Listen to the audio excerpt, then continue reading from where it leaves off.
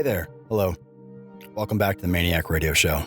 I'm Master Sergeant Andy Sinclair with the 101st Public Affairs Office in the great state of Maine. The state where we're known for lobsters, pine trees, and apparently now great white sharks, so that's horrifying. What isn't horrifying or doesn't need to be is it looking to the future. We have some very exciting things to look forward to here at the Wing, and you all should be pretty stoked about it. We're going to get into some things to expect this weekend, some things to keep an eye out for, as well as congratulating a certain captain from FM. But first, Colonel Gillis, the Wing King himself, has stopped by for a convo. So grab a cold brew coffee and let's roll right into it. Colonel, thanks for doing this. Well, I appreciate the opportunity to speak to you and get the word out to the Wing. We've got a busy 18 months ahead of us, and wanted to take the opportunity to talk about that and kind of set the stage for where we are today, where we're heading in the next 18 months, and how the entire Wing can help us to get there. So aside from because you guys, every time not only will we have like a media day out, or I hear you guys talk in front of a crowd. When I say you guys, I mean your command team. You guys are pitching as often as you can the strat plan, which I think is starting to really embed into people's heads, because I'm seeing it more and more now in other people's speeches and talks at promotion ceremonies, retirements, elevator speeches. I am hearing it more and more. But other than the strat plan, what's in the strat plan? What's in store for us over these next 18 months? From a strategic perspective, the things that I think are in front of us are the KC-46 decision, and that basing decision has been delayed somewhat. And then the other piece I think that's important that we need to get after is this concept of ACE, or Agile Combat Employment, and how that relates to what we do here at Home Station, how that relates to the Arctic, which is, the new frontier, the new AOR that's just to our north. So there's those two things are parts of the strategic plan that we have to continue to effort over the next 12 to 18 months.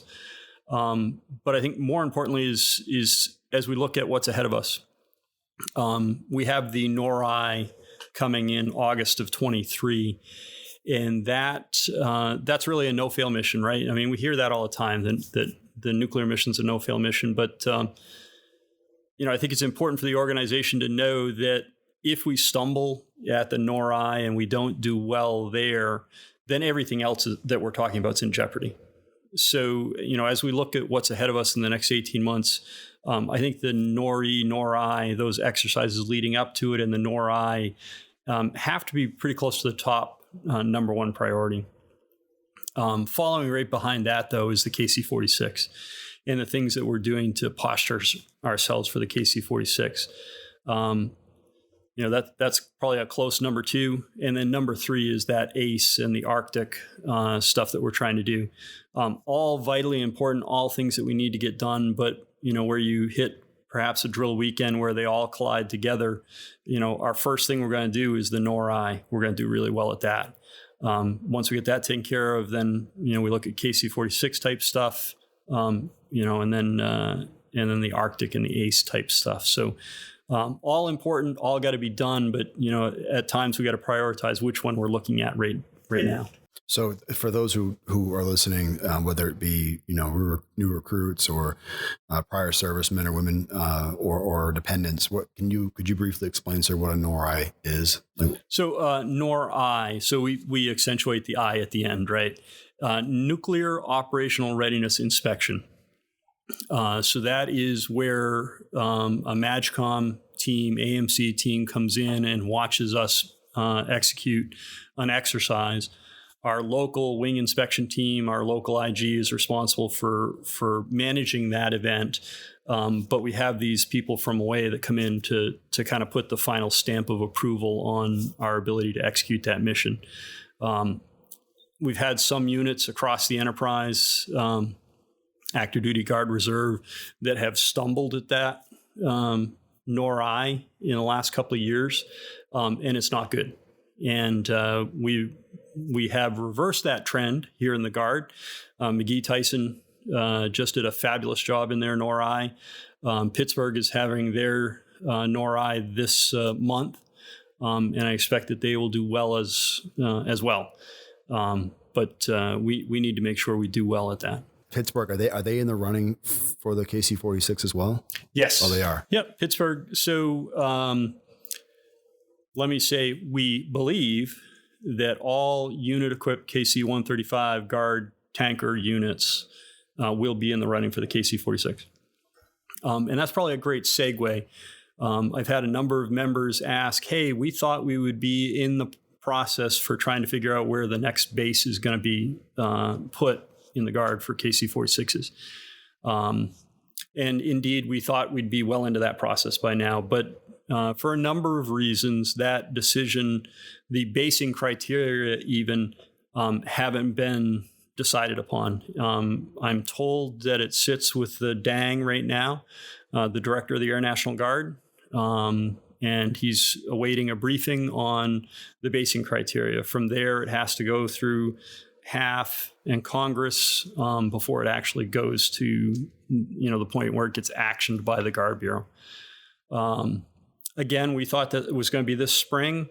Really, I think we're looking at late fall to maybe even early winter before that process will start. So good news is we've got some extra time here.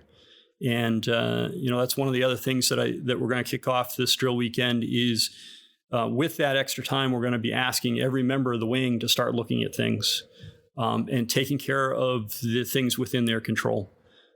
Things like individual medical readiness, EPRs, OPRs, ancillary training, fitness, all of those kind of things. We want our members to look at their own statistics and be proactive. If you look at if you go onto MAINEiac online and you see that you have a dental due, well, take that dental form to your dentist, get that done, get it in so that we can get that readiness number up. Because those are all metrics that are going to be looked at when they start making decisions on the KC-46, and we want to be as well postured as we can be for that. What are some other? I'm going to say the word, and I'm probably not going to use it right. So it's a 50-50 shot. I'll base it off of your expression when I say it. LIMFACs, limited factors. Mm-hmm. What are the LIMFACs other than readiness and this NORI, sir, that they would be looking at other than like your IMR stuff or your fitness? Is there manning? So certainly manning is a huge piece, and that's another one of those things that we're asking our unit members to help with now. Manning can be twofold. We need to get people in the door. We need to get new recruits in the door to get our numbers up above 95% is kind of the industry standard. And we're sitting at about 93.5 right now. So we got a ways to go, but also the known losses, right? If we know that an airman is getting close to ETS and they're thinking about not re-enlisting, we need to talk to that airman. Maybe they're in an AFSC or a shop that's not a good fit for them. Maybe they don't make a great maintainer. Maybe they feel lost there. Well, maybe the PA office is a great place for them to go. Maybe the chapel assistant is a good thing for them to do or something like that. There are other jobs in the wing. So we'd like to keep those folks as best we can. So the recruiting and retention are so important to us.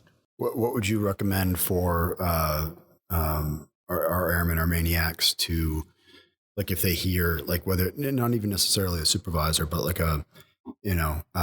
like say as a maintainer, that may or may not have people, that may or may not be in a supervisory role, and they hear about someone who's looking to possibly get out or at their ETS, what would be a good route to maybe have that conversation with them to let them know, like exactly what you just said, that there's other opportunities out here? Well, I think number one is the wingman concept, right? If a friend of yours, a fellow airman, is thinking about getting out, have that conversation with them. Try and understand the reasons, right? Maybe it's just life in general. It's time to move on.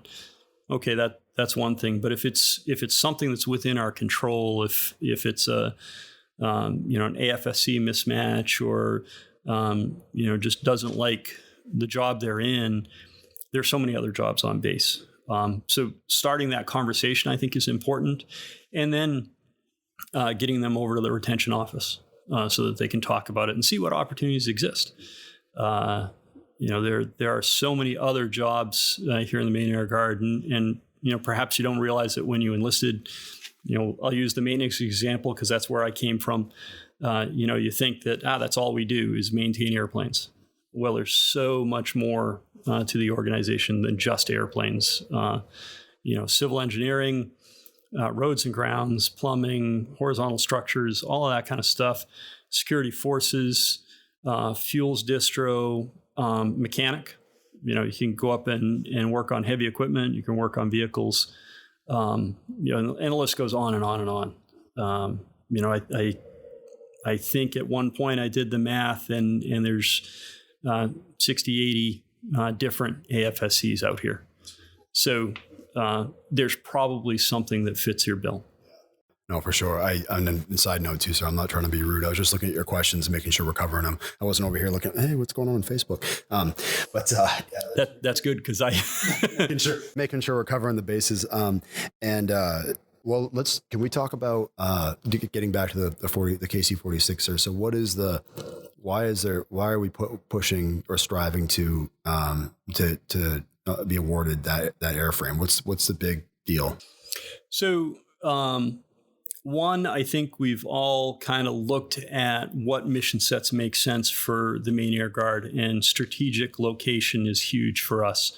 We're at the tip of the northeast of the United States.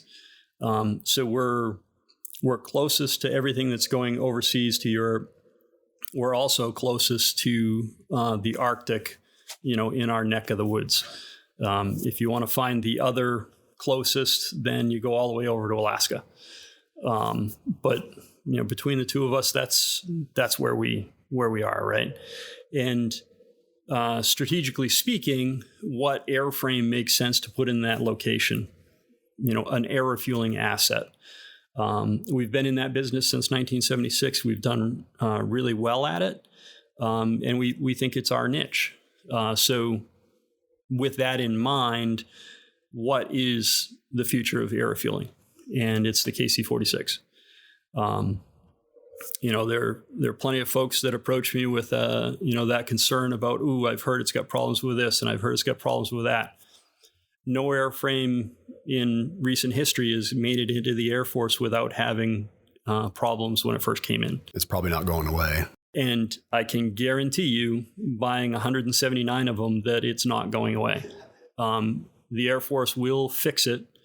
I was down at NORAD, Northcom, at a conference back in May, and Lieutenant General Pierce said, hey, when the 46 comes online, if we need to change the way we do business in order to make that aircraft work in our mission set, then we will. And so, it is not a 135. It doesn't perform like a 135. It's a different airframe, but it's the future of air refueling. If you look at our airframes, they're very well maintained. Our guys and gals do a great job maintaining those aircraft. But if you look at the forms on those aircraft, there's a lot of issues with those aircraft that are being, put off to be fixed, whether it's supply issues that the parts aren't available to get after the maintenance that needs to be done, or it's just maintenance that needs to be done the next time it gets into depot. Sure, the aircraft are safe; they're doing a great job, but that need to maintain them is getting more and more. That maintenance burden is getting larger and larger.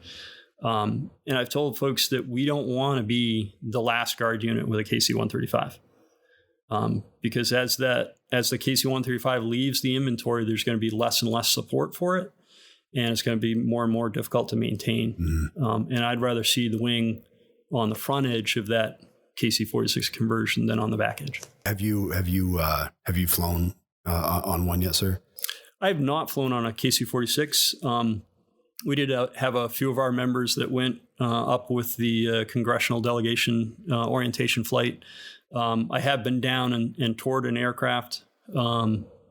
Pease was gracious enough to open their doors and allow a bunch of us to come down and get an orientation on them. Very, very cool airplane, very capable airplane.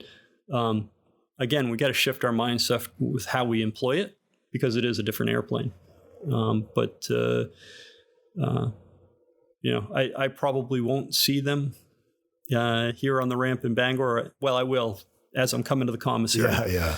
But again, it's the future of air refueling, and if we want the wing to be at the forefront, we need to go that direction. That's cool. Yeah. No, I was lucky enough to be on that team that was down in DC back in, what was that, January, I think? Yes. And I remember my first thought was, I got on the plane and I was like, this looks like a Star Trek ship. Like, it's so well lit. Like, you can see everything, all the nice LED lights.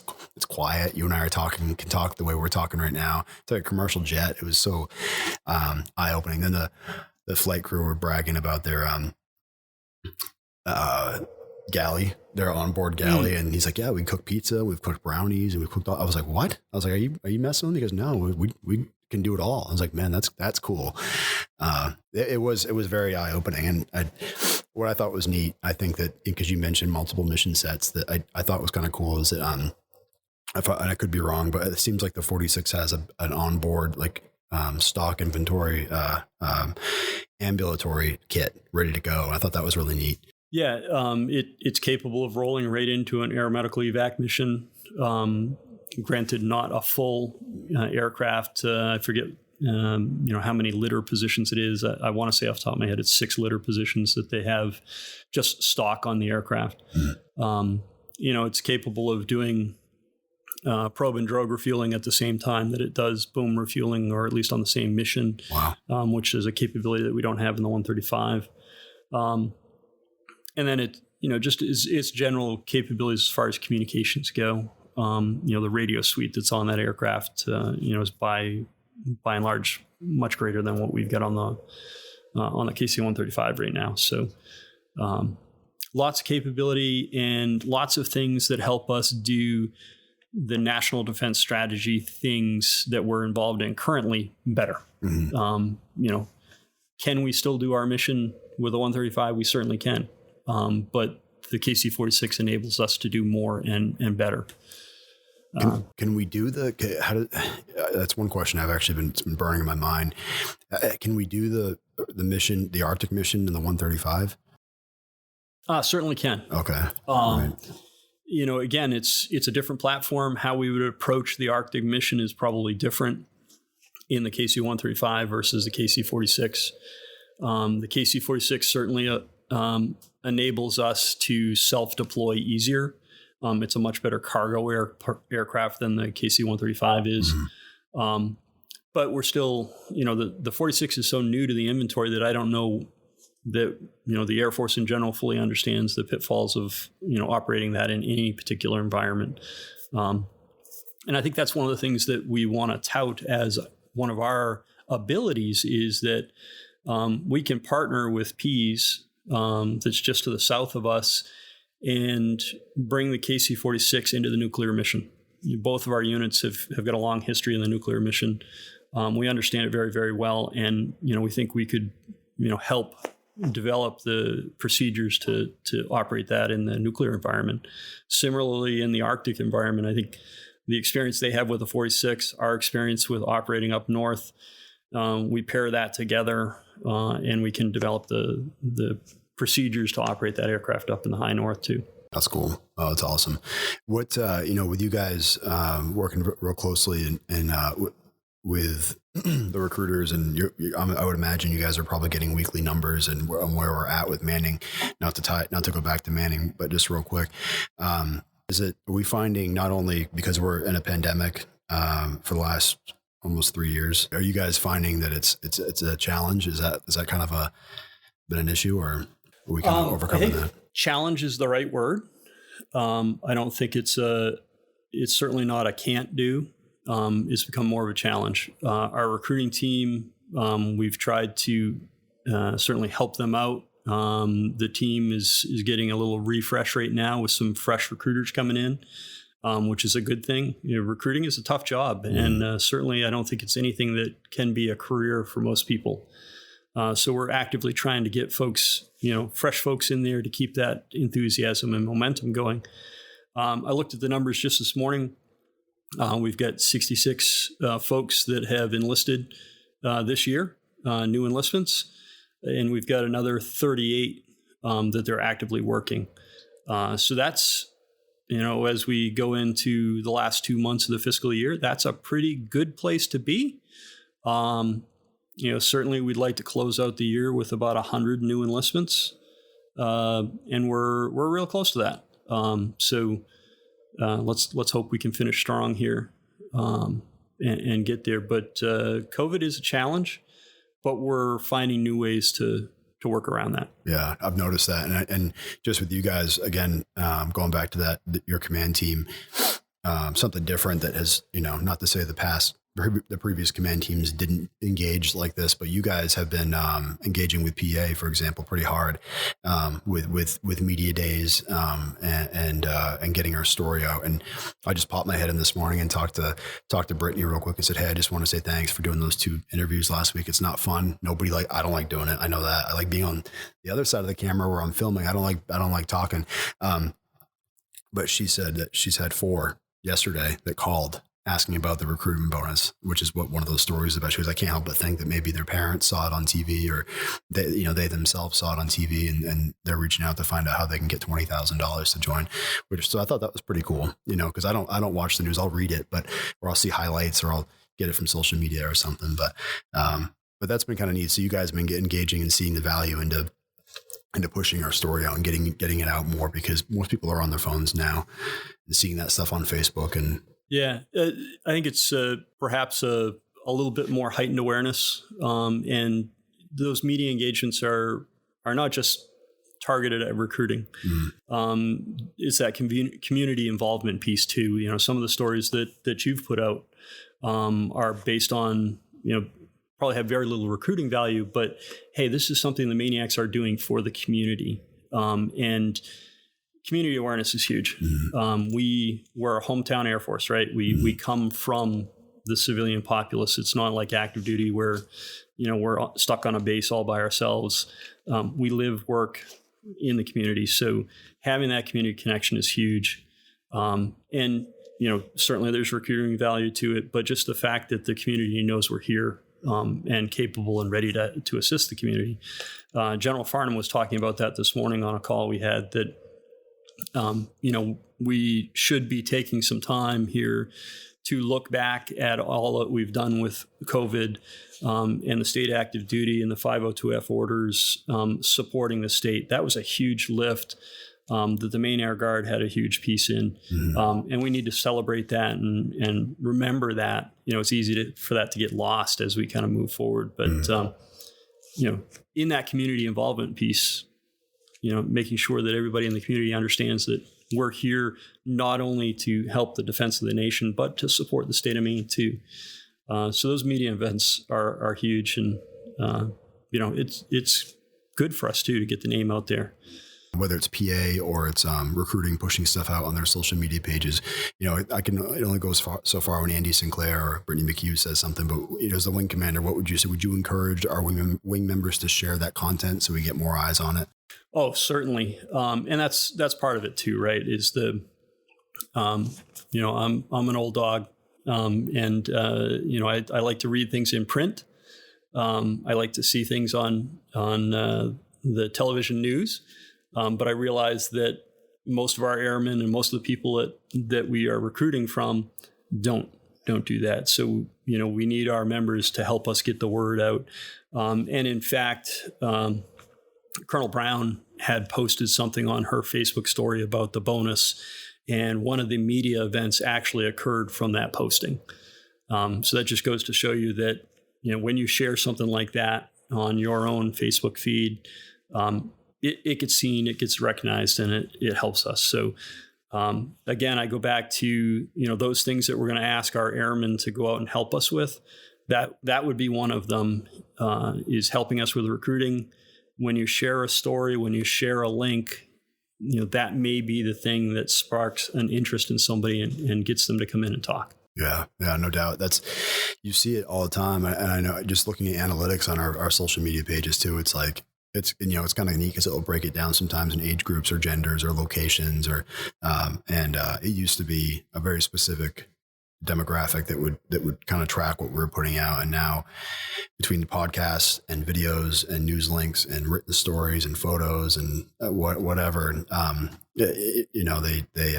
it's kind of ranging from all over different age groups for sure, like teenagers all the way up to, folks in their mid 70s that are reading this stuff, which is kind of cool. There's that funny joke going around that the older generations don't understand social media, but I guess we don't need them to understand it. We just need them they read it and they see it. And I've had multiple people, spouses, come up to me and say, "Hey, are you the guy who does the podcast?" And I said, "Yeah." And I was like, "Really? Like you listen to the Wing podcast? That's kind of cool. I guess I appreciate it." But so you never know who's listening, who's reading, and who's sharing, and who's watching, and it's kind of neat that way. What do you, Colonel? What do you need from us? What do you have a charge? Maybe not necessarily in the long run, but maybe just maybe in the long run or / this weekend about what you want from us, like maybe a motivational sentence or two. So certainly this weekend. We're looking at the NORI, right? We're preparing for the NORI and trying to get a good inspection and exercise out of the way. So remember I said the NORI is kind of our top priority, followed immediately by the 46, followed by ACE in the Arctic. So that's the number one. We got to pay attention to that and really get after it this weekend, knock the rust off and get ready for the follow-on exercises. For folks that perhaps aren't really engaged, there will be some folks that are really engaged on Friday. And then Saturday and Sunday are relatively quiet. There are going to be some folks that don't have much to do on Friday, and then Saturday, Sunday, they're very busy. What I would ask is that when you have that downtime, take a look at what Colonel Decker is calling the G7. I'm not sure I'm excited about that name. I don't know what that is. But it's the Gillis 7. Oh. And it's the 7 things that any airman can help us with. And you're probably going to put me on the spot to try and name all 7, and I don't think I can do that. But we can, yeah. That's going to go out in print and be available. We're looking to put QR codes to it so that you can just go right to the link.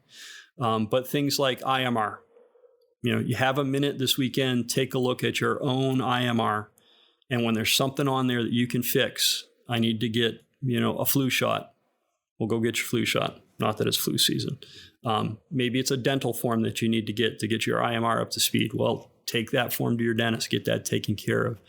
The things that are in your control help us take care of. Mm-hmm. And that'll allow leadership to focus on the big strategic things, the things like the KC-46, the things like Arctic and agile combat employment in the Arctic. If we can focus on those things while the rest of the wing is focusing on that stuff that's in their control, we can move the statistics in a positive manner and better position the wing for whatever comes next, the KC-46, new missions, and that kind of stuff. Other things, again, the G7 includes IMR, EPRs, OPRs, fitness assessments, ancillary training, recruiting and retention, things of that nature. And again, it's that stuff that's in your control. And maybe it's for the recruiting piece, maybe it's just posting to your storyboard that we have bonuses available. Maybe it's, if you're involved in a local school or something like that, that you're talking to the guidance counselors and helping us get into those schools. Mm-hmm. But actively engaging to get those 7 important metrics moved in the right direction. So I think that's my charge. You'll hear more about that over the coming months. We'll probably hit it again in September. And folks, if we can move the needle in a positive direction on those 7 in the next couple of months, then we'll pick the next 7 important metrics to get after. But again, if our airmen are all taking care of the stuff that's within their control, then it allows leadership to get after the other things. Oh, that's perfect. And we can move in a positive direction. Oh, that's awesome. So was that unrehearsed? Did you have that in your mind already? Because that sounded like it was like you were reading off a teleprompter in your mind. I'll get with Colonel Decker, and I'll list those in the description of this podcast so people actually have eyes on what the G7 is. Yeah, like I say, I'm not so sure I like the G7 moniker, but unfortunately, I think it's grown legs, and it is what it is. So he was the innovative officer, right, for a little while. So maybe it's his innovative name. Yeah. And again, hopefully, the goal is that those links are right there readily available for you to go out and check out your IMR, to check out the status of your EPR, your OPR. And granted, I understand that that's something that your supervisor should be doing, but your supervisor needs help. Yeah. Help them get your EPR through the process. Don't let the reason it didn't get done that it was sitting on your to-do list. Yeah, no, for sure. And actually that brings up a good point. I for those who are listening that want to know easy access to get to those, you can get to those from the app as well. So you might have to have your CAC reader into your phone. I'm not 100% sure there, but you can access it. So, you don't have to drive in 45 minutes to get on a government computer and risk the network being down or something. Well, that's awesome. Is there anything else you'd like to add, sir? Anything you can think of? No. I think I'd probably end on the fact that, there are other units vying for the KC-46. I would tell anyone that I think the Maine Air Guard is a place that we need to put those aircraft. If you look at national defense strategy and what the nation needs to support the defense of the homeland, strategic location is incredibly important. Here in the East and the Northeast, there is no better place to put a KC-46. That's awesome. So I think the future is bright. We need to get through this basing process. And again, folks thought it would be well underway. I think it'll get underway here December timeframe. But we don't want to rest on waiting for that time to come. Let's take this opportunity to get after all of the stuff that we can improve upon to put our best foot forward for the KC-46. So appreciate everything that everybody's doing to get the mission done. We've got a lot of things that we're doing really, really well. Let's get after the things that maybe aren't so great, and we'll be ready to move into the future. Roger that. Sounds good to me, sir. I appreciate it. Thank you very much. Big takeaways, or as the intellectuals say, bottom line and up front. KC-46, IMR, everyone is a recruiter. Don't drink and drive. We actually didn't talk about that last one, but I'm pretty sure it's probably a given. Congrats to Captain Andrea Garland on her recent promotion to captain. We're pretty sure she operates at a level much higher than an 03, so we're all very excited to see her move up the chain to one step closer to Vice Wing Commander. Congrats, Captain, and thank you for your leadership. We do have a Nori this weekend. Please don't post updates on social media. Aunt Clarence doesn't need to know. Trust me, it can wait. That's it. Everyone stay safe as we close out the summer months. Like us on Facebook, Instagram, Spotify, iTunes, all that jazz. Help us, help you, get the word out. All right, goodbye.